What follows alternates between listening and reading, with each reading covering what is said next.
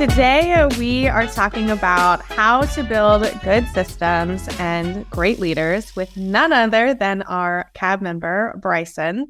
And so today we are going to be talking about the 4 pillars of great leaders and all of the things that make up great culture and great character of leaders. I feel like everybody has been on LinkedIn or been in a conversation where you've had an opinion about a leader, whether it's a good one or a bad one, and it usually comes down to these 4 pillars.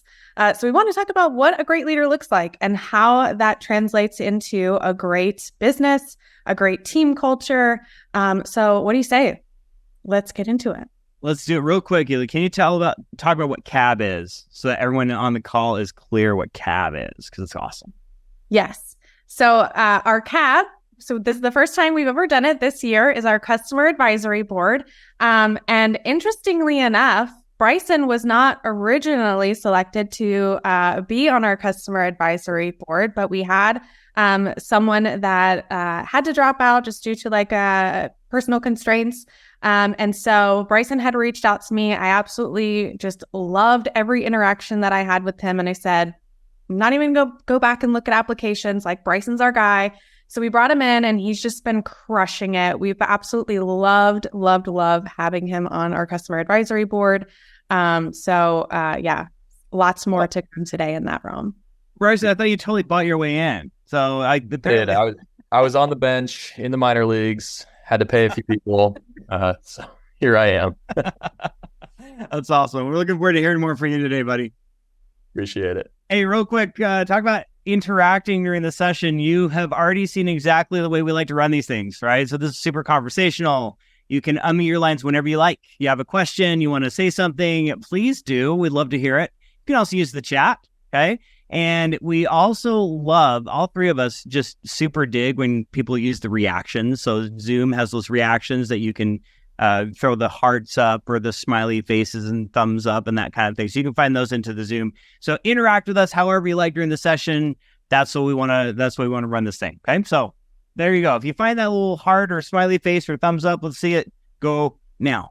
Yeah. So thank you, everyone who is joining us. Again, I see so many familiar faces from the last couple of sessions that we've done, but I also see some new faces. So welcome to our new folks. And to those new folks, just want to give a quick intro of who Shawn and I are. So my name is Mallory Glessner. I am the Strategic Ops Manager here at Trainual. And if you're wondering what the heck is a Strategic Ops Manager, it's just a super fun way for us to say that I get to bring my 10 plus years of operations and continuous improvement to you all in the Trainual community, which I absolutely could not love more. And I am joined by my partner, Shawn, who has 15 plus years of training experience. He is an absolute wizard when it comes to training. So I'll let him introduce himself as well. Yeah, I know. It's I've been in L&D actually over 20 years. And I just calculated that out the other day and kind of went, wait a second, I'm not that old, but I guess I am. So, but yeah, L&D, I've been training. And in the past 10 years, I spent in online education before coming to Trainual. And it was fascinating to watch people learn things and see how they learn effectively and see experiences and how we can grow them in ways that people can learn effectively. So that's what I do on a day in, day out basis with my partner, Rach Richardson, who's on the call here. We meet with our customers and with you people and help you with your content, help you to make it even better and more amazing for your team members. So that's a little about me. I've been here at Trainual for over 4 years now, which is kind of crazy. So good times. That's us. A little bit about us. So we want to start by hearing from you. Okay, this is a question I want you to think about for a few moments here, and then by all means, unmute your lines. I want to hear your thoughts on this one, or again, pop it in the chat, whichever you like best. But what foundational pillars are great leaders built on? Think about the leaders of your past. Think about the leaders of your present. What are those foundational pillars that they're built on? What do you think? For me, it's having a clear vision and goals, being able to lead the team to, where they want to go. Okay. Clear vision and goals. Love that. Sounds Dan says integrity. Like purpose. Purpose. We might be talking about that, right? Yeah, Dan says integrity, right? Integrity is a big one for sure. Empathy.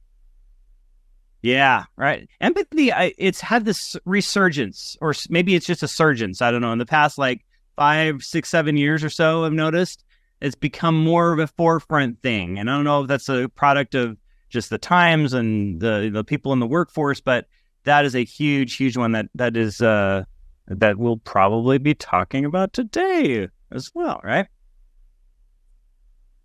Communication skills. Huge one. Yeah. Gotta have that. Patience. Yep. Keep those in mind, and all the other ones that have come and kind of cycled through your brains. They're adaptive. Yeah, right. Absolutely. You can't be just without being able to be flexible. Okay. Here's what we're going to be discussing today. Okay. The 4 pillars that we're going to be discussing today. There are lots of pillars, but here's 4 that we're going to be talking about specifically. We're going to talk about character. Okay. And think about how these apply to what you just put in the chat, what you shared with us out loud. Purpose. There's your purpose. There you go, Luz. All right. Incentives. We're really excited about talking about this one a little bit because there's different ways to look at this, and we're going to talk about some of the best ways to look at it, right? And finally, people. So those are the 4 pillars we're going to kind of attack and hit today. All right. With that said, let's introduce Bryson McCutcheon. There it is. So I feel like I already gave away a little bit of this backstory earlier on, but I met Bryson through our customer advisory board. And then when I was on a trip to our Seattle retreat for Trainual, I was just about to board the plane. And I said, I'm just going to throw up this post and see if I can get a couple COOs to sit down with me. I'll throw them a copy of the playbook. Let's see, if I get any traction with it. For whatever reason, it totally hit. I had like hundreds of people engage with it, and I had filled my 5 COOs that I wanted to meet with, and then some. And Bryson was one of the ones that says, hey, like, I know we interact already on CAB, but I'd love to sit down and do the COO interview with you. And I said, heck yes, sign me up. So we had a chat for, I think we were scheduled for like 30 minutes, and I think it went to like an hour. But it was a really, really great conversation. There was so much good that came out of it. And so when I was thinking about who I wanted to bring on next with Shawn for Inside the Process, I was looking at our COO interview and I said, we got to bring him on to talk about leadership and Trainual. So I'm super excited to introduce him. And so just a little bit about his background. He's the Chief Operating Officer for Action, Termite, and Pest Control in Phoenix, Arizona. He's a super valued member of the Trainual Customer Advisory Board. Before joining Action, Bryson spent 10 years in the tech industry in various leadership roles and moved over to join the family business in early 2022. He's passionate about leading and mentoring the team, which you'll hear more from today, and improving processes and operations and just building an incredible team culture. So with that, let's jump into it. Oh man, okay, we gotta share this quote from someone. I will share who said this in a few moments, but I'll read this out. Mallory and I kind of geeked over this great quote. When your peers know you are the champion of a great process or that you improved it, you level up the way you are perceived by others and begin to create the building blocks to become a trusted leader. Okay. Now that is a quote from Bryson McCutcheon, who we have today. So we really geeked out. There's a lot to unpack about this. I love this because nothing in here has to do with job titles. All right. This is all about the who you are, what you do, and how you grow yourself. So Bryson, I just really quickly, employees, I don't think always realize this, that all the real estate of good ideas isn't owned by someone with an elevated job title, right? So I'd love to just hear a little bit about like your thoughts around this quote, and then we'll kind of continue on here. Yeah, it's probably the most profound thing I'll ever say. No, yeah, you nailed it though. I think that I know it's true. Over the years of leading folks, the best ideas come from those that you're leading, I think.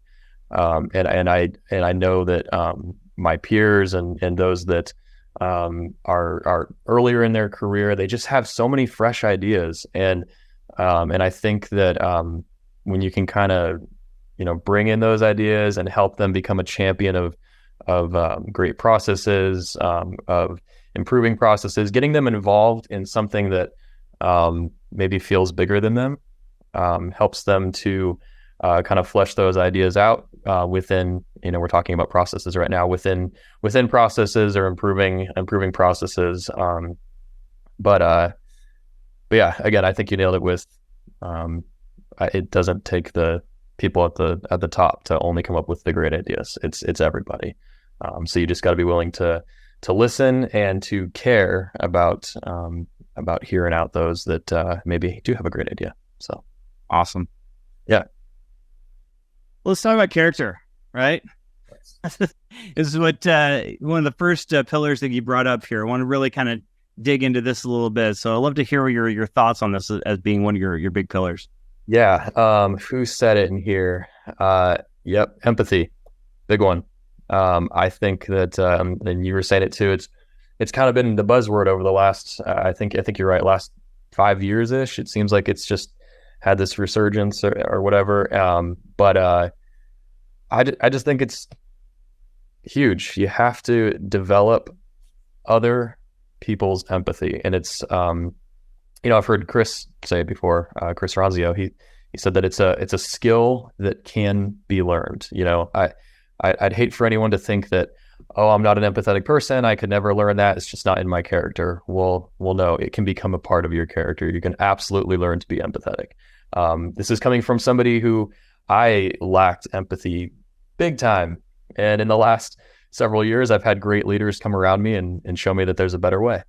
But yeah, the reason you really want to develop that empathy is because when other people care about other people and what they're dealing with and what they're going through and putting themselves in their shoes, they'll care about creating better processes. They'll care about improving processes. They'll care about the systems that are in place for others to be successful and for themselves to be successful. I mean, I create processes all the time because I don't want to forget the best way to do it. But yeah, I think that's it's so important. I think that's where caring about process comes from is empathy. At least I believe that. What are some key ways that you expect your leaders to show empathy, or when you're developing a leader, how do you propose that they practice empathy? Yeah, I think the practice of empathy starts with listening. It's being careful not to, it's one of the 7 habits, right? It's seek first to understand before being understood. So I think listening, being a great listener, can help you to sit back and to think about your next response and to consider what it is that somebody else is saying. And that right there just starts to develop that empathy engine within you. And then what happens is when you do that and you actually, I'll tell somebody, hey, when you actually display empathy to somebody, just watch what happens. Watch their next reaction. Watch how they succeed now because you cared about what they're working on or what they're going through or what they have to deal with on a daily basis, and just watch what happens. And when they see that reward of oh my goodness, you're right, me being empathetic towards somebody actually can cause change that's good for the whole of the company or the team. I think they get excited about developing that. So aside from empathy, what other character traits do you think are really important in a leader? Yeah.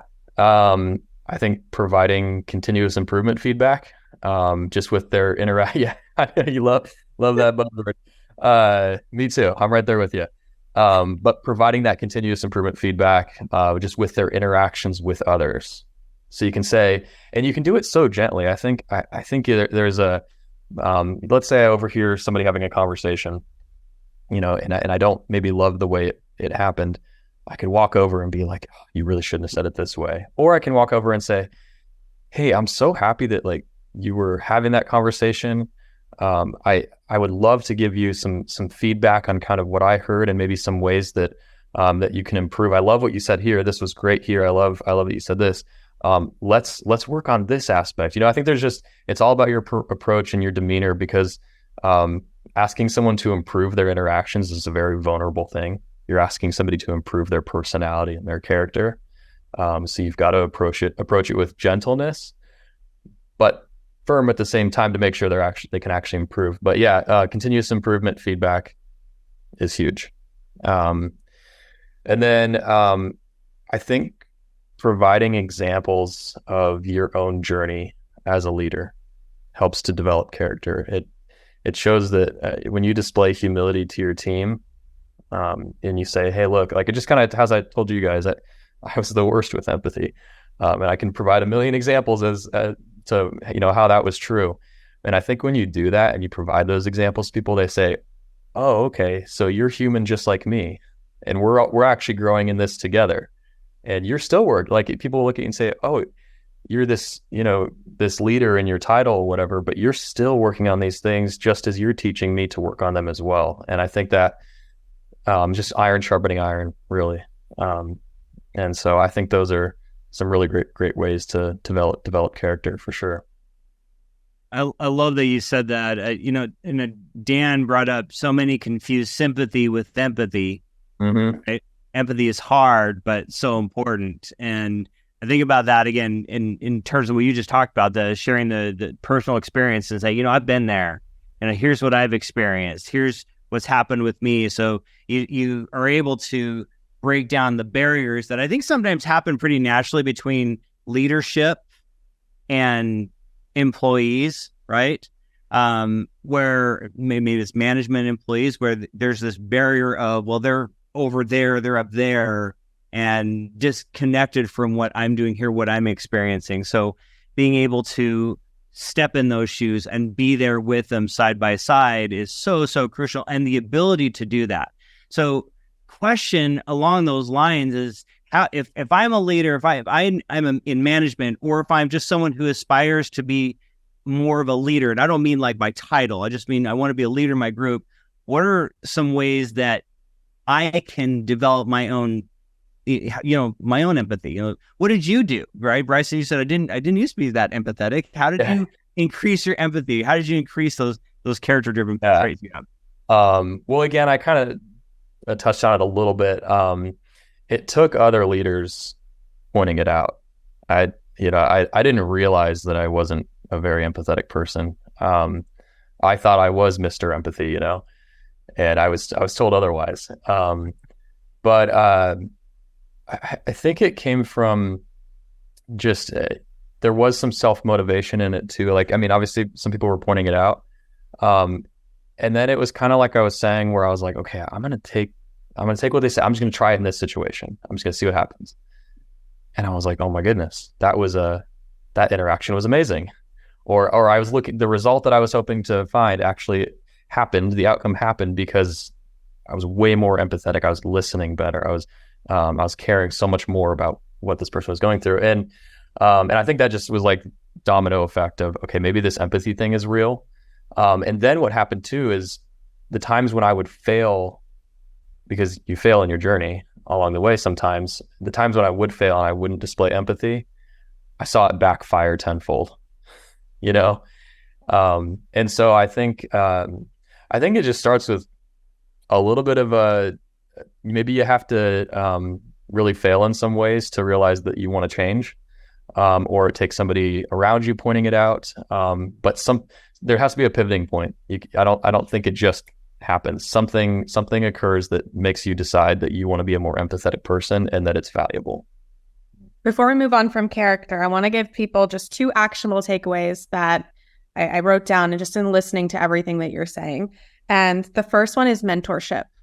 Mm-hmm. And I think having a mentor inside and outside the organization is really important. But if that's not something you have the bandwidth for, definitely find someone inside the organization that has firsthand knowledge of how you interact with others and that you trust to point out like, hey, you're not, showing empathy, or you're not being clear in the way you communicate, and somebody that does not have any kind of restraint and just laying it on for you and telling you what maybe you don't want to hear, but you need to hear. And so finding that person is super, super important.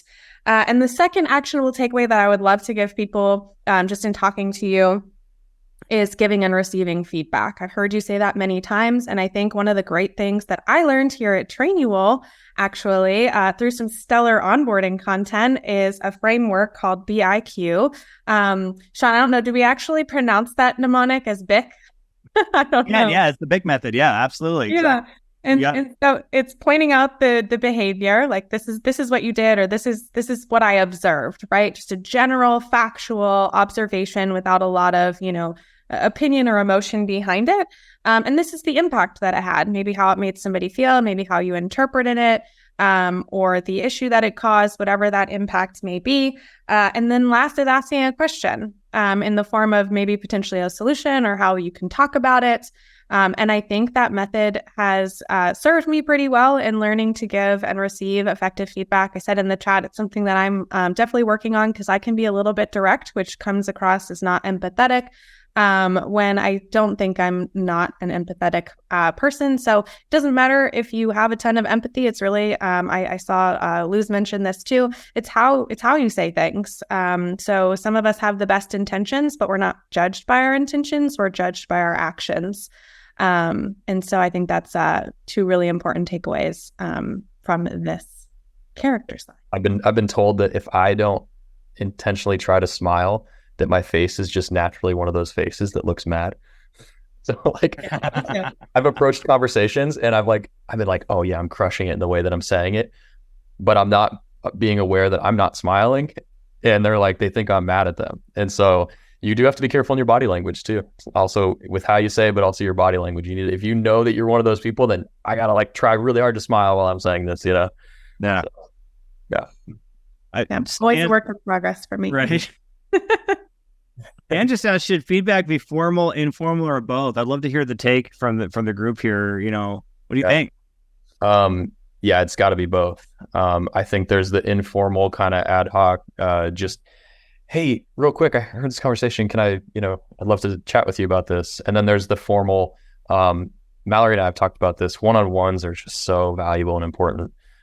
So if you have formal one-on-ones that you're setting up, with your team members, or you're a part of a one-on-one with your leader, those are just so important.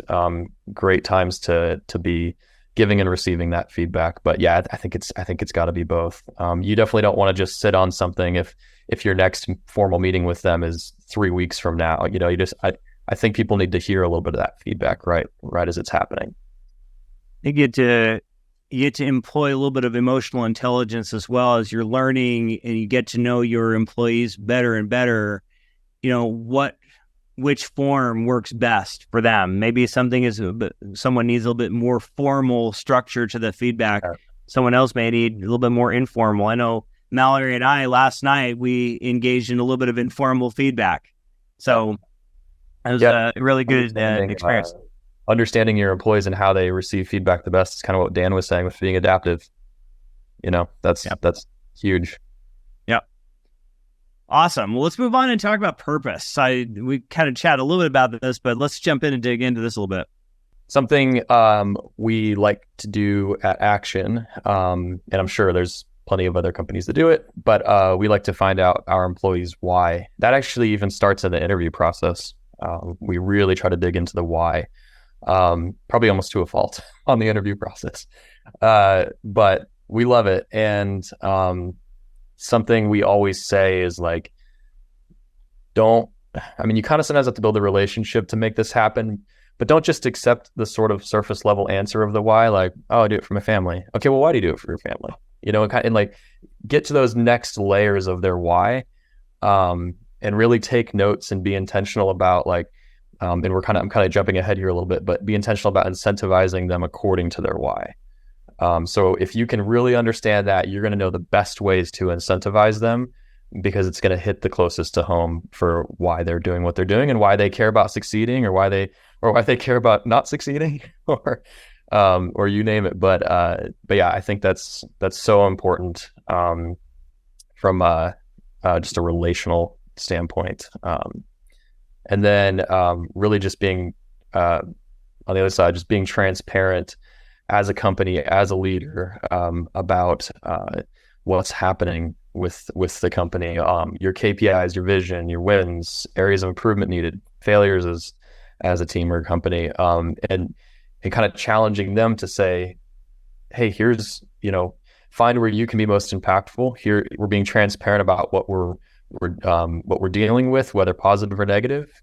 Here's where I think you can be impactful, or maybe now that you see the clear picture, you can say, oh, there's a big flashing red light going off here that nobody's talking about or caring about. Maybe that's where my purpose and my why can be, is right there, trying to fix that problem. So, that's kind of how we operate at Action, anyway.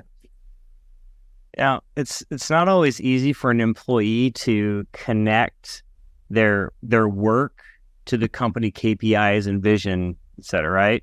Yeah. So how have you been able to help your employees to see that connection and to make it real for them? Yeah. We in the more practical sense of, hopefully I'm answering your question right, of how we kind of get them to see that transparency and the vision and all that is, we use, so whether it's like KPIs, data driven items, we use some business intelligence that we have TVs all around the office that are displaying those things all the time. So it's like, it's in your face, exactly what's happening all the time. And then we are really intentional about having quarterly all hands meetings about just going through the entirety of our culture again, going through our history again, and then going through our vision again, and just expressing why we're here, what we're doing, what we're all about, and then talking about the wins and the improvements and all of that. But we're kind of in everyone's face about it in a good way, I think. We just we really make sure people understand. I'd hate for an employee to walk up to me and say, hey, I really don't know where we're at as a company. I don't really know what we're doing. I don't know. You're saying we're caring so much about recurring pest control. Why do we care about that? I don't know, so hopefully I answered your question correctly there, Shawn. Yeah. I'd love to add some color here too. So several years ago, I had a mentor who actually became my boss over the years, and now he's back to being my mentor again, but he's been in my life for a really long time. He's a fantastic leader. And he used to do this activity that I thought was really interesting, and it was so helpful. And so a lot of companies, when they're goal setting, they think of the goal as a company, and then they think of the goal as a department, and then everybody kind of has their own goals, right? And that's the hierarchy that I feel like all of us have seen before. And he actually took it a step further, and he said, okay, before we talk about our company goal, before we talk about our department and personal goals, I want to know what your goals are as a person in your life. And I feel like it was so hard for people to go, wait, what? You don't want me to talk about the company? And he's like, no, I want to know what your chief aim is in your life. What does a happy life mean to you? And so if ever anybody wants to do this activity, it's called Your Chief Aim. You can go out and see other celebrities and famous people in sports that have chief aims, and some of them are really just incredible. But coming up with just your guiding principles as a human being. And I think, Dan, that exercise really helped us all to see, because at the time I was a director on the leadership team. And so I was sitting with other executives and senior leaders. And it really just helped me to understand what was driving them as human beings before we jumped into goals and how to align those goals. And I think really quickly you could see where people were going to succeed with certain goals and where they were going to struggle with others. And just being able to put your strongest players, which we're going to talk about, in the right seats for those goals. And so that was a really great activity that I strongly encourage teams to participate in when they're goal setting. That's really good. What was it called one more time? The name of that? Yeah, it's called Your Chief Aim. Chief Aim. Okay. I like that a lot. Now, that's a great way to align those. We were talking about a few minutes ago, your personal why with the company's why, like Dan just talked about, had to see those, they connect. They may connect a lot more than you actually think they do, right? One thing I forgot to mention that I intended to mention on purpose is just telling your own why, being transparent with your team about, hey, here's why I care. Here's why I do what I do. And I think, and if you really share your story in a really meaningful and impactful way, I think it can be powerful to have your team members and those that you're leading hear your why. Again, it's part of that humility. It's part of that breaking down the walls and just building that relationship. So I think that can be huge. One more thing I want to share on the transparency piece before we move forward, just because it's so close to my heart and I've built my entire career around it, is companies that are transparent allow autonomous people to thrive. And I feel like the more transparent you are, the more likely people are going to find opportunities. So when you're sharing those KPIs, you're sharing your visions for the future, you're opening up about failures and improvements needed. It gives people who are hungry for autonomy and hungry for opportunity a chance to say, hey, I can take that on. And when you're building a leader, that is what you look for in a leader, is somebody that says, hey, I can take that on. I can roll up my sleeves. Here at Trainual, we say, I'll carry the groceries, right? And so being transparent about what's going on in the organization allows you to create not only great leaders, but just star players altogether. Yes. Getting a lot of 100s in there. I like it. I agree. Yeah. Right on. Well, let's talk about incentives. I know we've been really excited to talk about this one. So let's jump right in. I know Mallory's like, yeah, let's do it. Because this has been it's such an interesting thing to talk about in terms of business, because, there's those monetary incentives, which are obviously very big and normal and natural. And we know that those are important. But I love to talk about a little more about the other side of that. So I'd love to hear your thoughts here on incentives and how you go about that action. So we kind of touched on a few of these a little bit, but basically one of the first things is celebrate the wins, big or small, celebrate the wins. And especially as we were talking about before, when you really understand someone's why and what they're motivated by, they might be really motivated by recognition from their peers, or even private recognition. Maybe they just want recognition from their leader. But when you celebrate those wins with them, it shows that you care. And words of affirmation go a long way. Apparently that's one of my love languages, words of affirmation. So I know they go a long way. Like when my wife, when I cook her something and she goes, yeah, it's good. I'm like, is it really good? Are you trying to say it's great, or is it good? I'm like, I need a paragraph on this thing. So I totally get it with words of affirmation. And then also, celebrating the fails or the experiments, or when somebody tries and it doesn't work out, just saying, hey, I'm so happy that you took that risk and you jumped out of your comfort zone. Or, hey, I saw you really for weeks seeing if this thing would work, and then you tried it and it didn't work, but look at all that effort you put into it, and look, thank you so much. And what did we learn? Let's figure out what we learned from this, and now we can move forward, and we can see if we can do it again, or if there's a pivot we need to make. But celebrating that, I think just allows for, I think someone said it in the chat, of kind of creating that comfort for ideas, where people feel sort of safe to step out of their comfort zone, present an idea, try an idea, you name it. And then I think just spending quality time with your team members is so important. That's how you build that relationship. I think it's I always say, food is the winner. If you can go to lunch together, or if you're virtual, if you can do Grubhub, whatever. Just people open up in a new way over breaking bread together, if you will, and I think that's where you can really develop leaders, and you can get those tell stories with one another and build that relationship. Quality time is so important, and make space to just listen. A lot of times that feels like a reward to an employee, is just listening, just shutting your mouth and letting them just let it all out. That can feel like a huge reward to them, and giving them that safe place to do that. And really caring about what they have to say. Don't just listen and kind of okay, cool, I did it, I listened, check it off.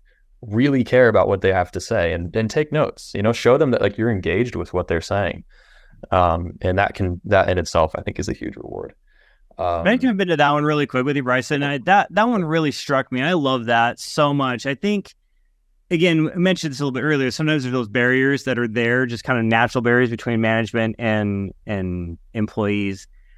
Chris Razio did this not too long ago. He said, "Hey, you know what?" And he's been transparent about this since the very first day, and that is, I have an open door, and I don't just mean that like. I really mean that. I want people to come in. If you've got an idea for a business, if you have, just something you want to chat about, something you don't think is going right, whatever it is, hit me up anytime. And he does that all the time. It's not just this thing he says during the onboarding, right? He'll say that during our all hands meetings. And it's funny because he goes, not a lot of people actually take me up on that. I think there's still some of those little barriers that we just naturally put in ourselves. But I think that leadership taking the step forward to doing that and to making it a real experience, like this quality time you're talking about, goes a huge distance to breaking down those barriers that are there and really having this feeling of, hey, we're in this together. And I love being part of this with you as my leader, doing this thing together. Yeah, it's really, that's a lot of fun, especially like, I hope we're all working for great companies, but when you have like a leader that you really just love, like you just love working for them, and then you hear that they have this open door policy and that like you can just go talk to an amazing leader, I think that's so rewarding. You're just like, yes, I can learn, I can grow, I can get my ideas out, it just feels really good. So that's awesome. I'm going to get real transparent with this crew in the spirit of storytelling. So I had a leader who I absolutely adored. Again, he's the one who taught me about Chief Aim. Just an incredible human being. And he would often cancel our one-to-ones towards the end of my time with that company. And he said, I think we're good. Like, I trust you. You're going to run with this. Like, you've got this. I just don't feel like you and I need to connect. And I felt like that would happen a lot.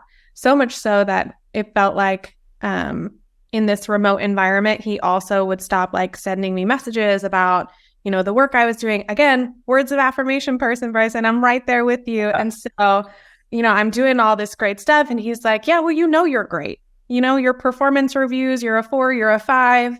I don't have to worry about you. Like, we've got this unspoken telepathy. And I was like, maybe you have that, but I need to hear it. And so I do feel like, and we've repaired and we've talked and we've communicated since then, but I do feel like towards the end of my time there, that was a really big detractor for me as a top performer because, and that's the reason I think it's so important to call it out right now, is because we're really talking about building leaders, but also top performers, right? Like, these are all things you can do to just be a standout person on the team, whether you have aspirations to be a leader or not. And so it's really important that on the flip side, if you're a leader listening to this or an aspiring leader, you need to take the same level of care and one-to-one time and quality time and nurturing those people who are already performing optimally as you do the people that you're trying to build up. Yeah, that's so good. Thanks for sharing that story. All right. You talked a little bit about involving, and that to me is a crucial piece of this as well. When we feel we're involved in what's going on, then we feel connected to it and we want to engage fully with it. So totally a learning and development principle right there. So just had to plug that. But I love that principle and love to hear a little bit more on that. Yeah. I love involving, I especially like I love involving people where they're like, why am I in this meeting? Why am I like, I love just pulling people in and being like, you should be a part of this.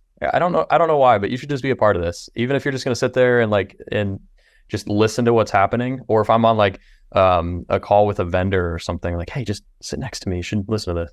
I think that's so important. It helps people to just naturally, they start to just feel a little bit more important and a little bit more involved with the organization. And then I think you can also, a really great way to develop a leader is bring them in on something and then just throw them some really easy softball questions, either during the meeting or afterward or whatever it may be.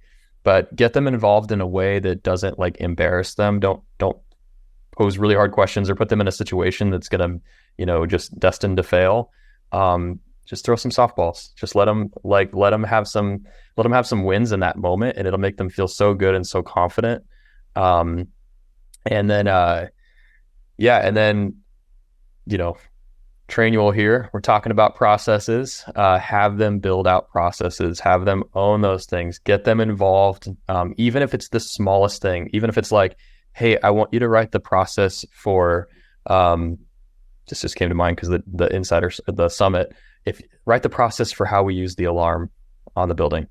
Like, even if it's a small thing, just get them involved in some way and let them own that process. And I think that goes back to, I think it's when we were talking about this, that quote came out. But it's just so important. I think that's just one of the biggest ways to build confidence and build leaders, is let them own some things. And then they just are perceived by their team in a new way, and those building blocks become a great leader. So yeah. And then, like you said, kind of note I had on here of just like, yes, monetary incentives, they can be a natural part of your culture, and they can, that's something we obviously, should do at some level. But like we're saying here, don't let that be like the end all, that, hey, you're going to be a great leader so that you can get this pay raise or this bonus. If that's the end all, people are never going to be happy. They're always going to want more. They're always going to want, like, it. None of us will be happy if that's the only thing we're striving towards. So, so get people involved. Moral of the story. I love that, because sometimes there's not a budget, or there's not an open headcount for a leadership position.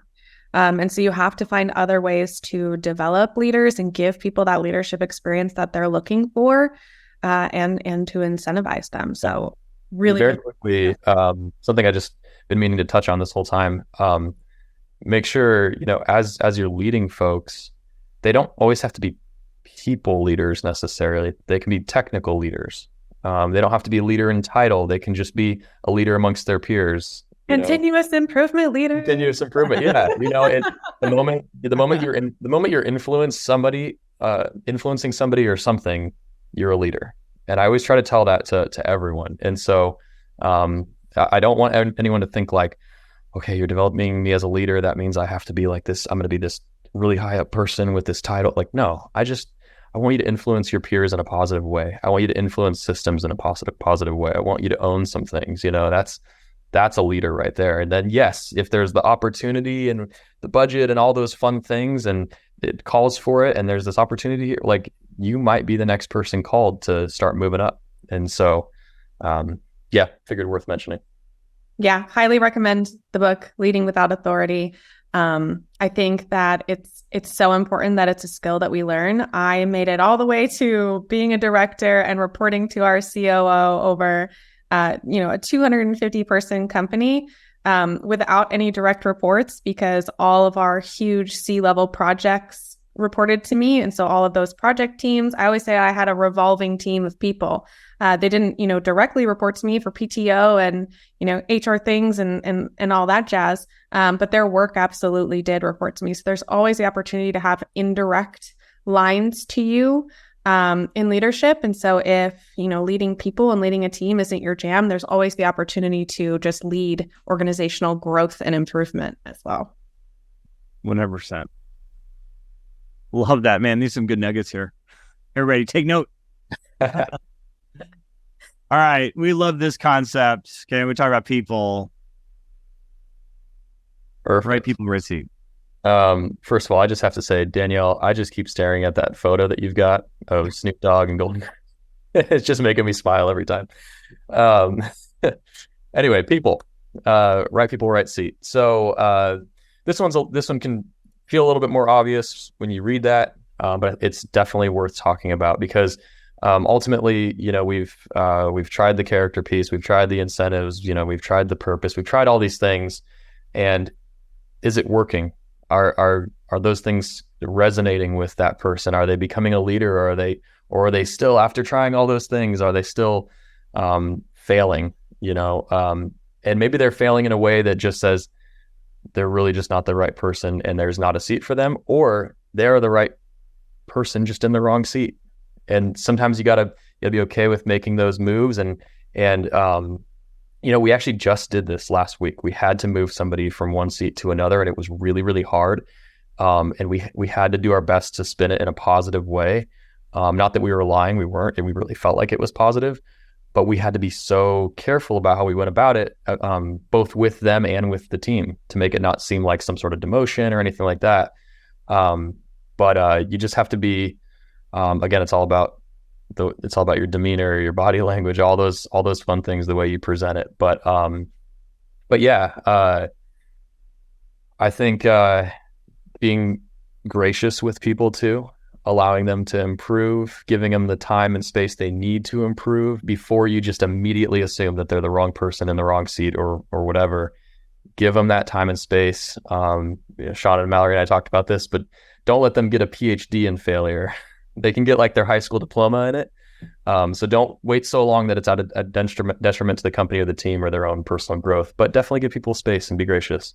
But if they're just constantly misaligned with your culture and everything you've tried and you've done, then you have to make the tough decision, and they might just need to move on. And sometimes that's the best thing for that person, for the company. And then be selective in your hiring process. Be really careful about not urgently hiring. That every time we've done that, or most times that we've done that, it's come back to bite us. So just be so careful about that. Be really selective. And then I think, in